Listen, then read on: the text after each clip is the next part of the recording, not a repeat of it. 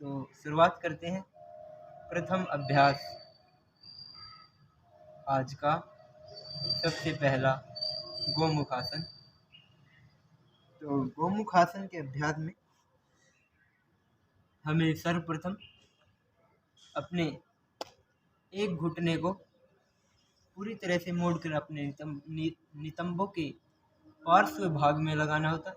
उसके पश्चात ठीक उसके ऊपर अपने दूसरे घुटने को रखकर उसे नितंब के दूसरे पार्श्व भाग में लगाना हो और अल्टरनेटिवली दोनों घुटनों को एक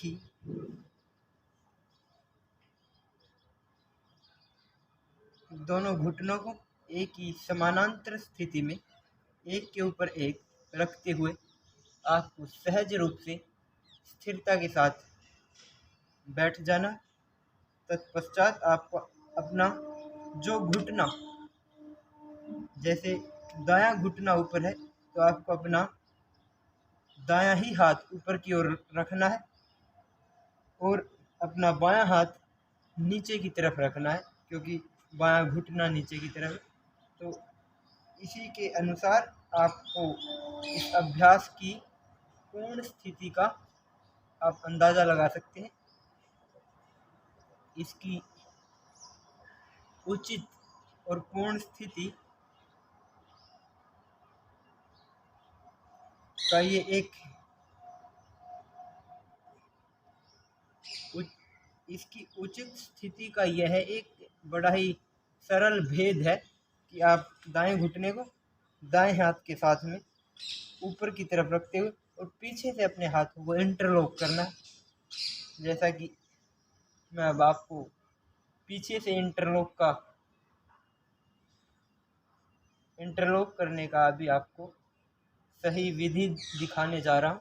तो आप बड़े आराम से देख सकते हैं कि किस प्रकार मैंने ऊपर से हाथ की हथेली को पूरी तरह फैलाकर नीचे से अपने आ रहे हाथ से उसे पकड़ने का प्रयास किया और उसे बड़ी आसानी से आप इंटरलॉक कर सकते हैं। लेकिन शुरुआत में आपको थोड़े अभ्यास की आवश्यकता अवश्य होगी। तो इस प्रकार आप 30 सेकंड से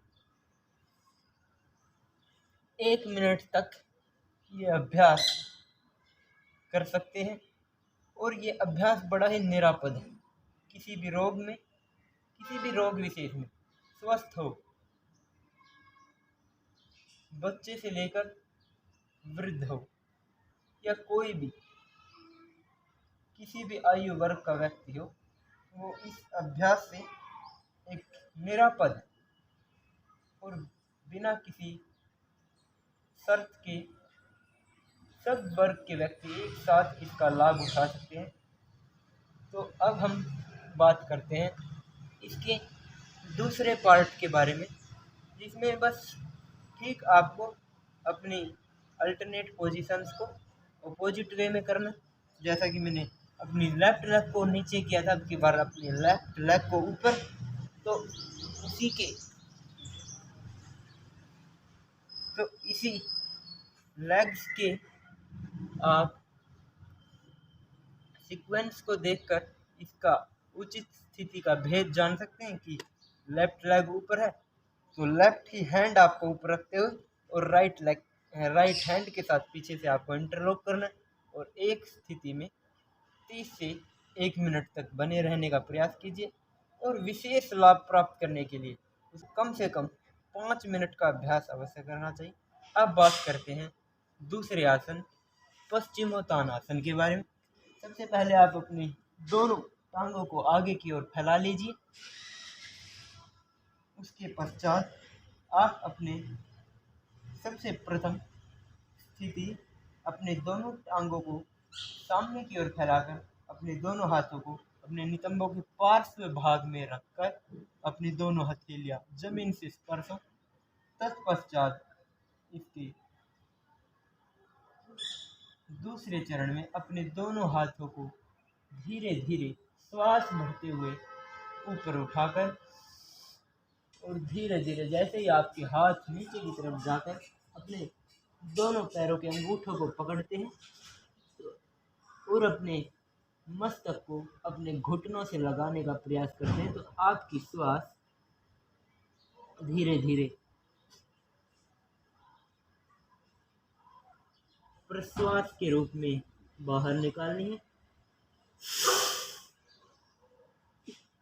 इस प्रकार से आप इस अभ्यास को कम से कम 30 सेकंड तक जारी रखें। एक स्थिति में बने रहने का प्रयास ही आपको विशेष लाभ प्राप्त करवा सकता है।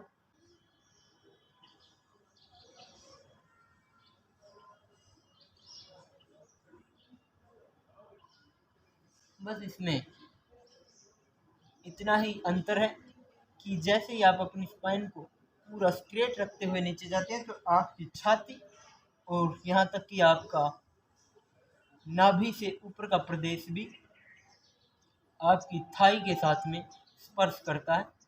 तो ये एक परफेक्शन का एक अलग भूमिका होती है। हर आसनों में परफेक्शन आपको एक अलग प्रकार की बॉडी की पोस्चर को तैयार करता है। तो बात करते हैं अभी तीसरे अभ्यास के बारे में। तीसरा अभ्यास आपको बटरफ्लाई के बारे में हम बताते हैं।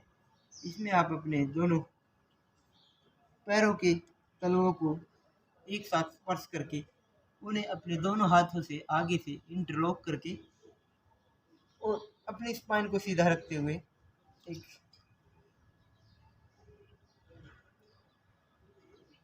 अपने मेरुदंड को सीधा रखकर अपने दोनों थाइयों को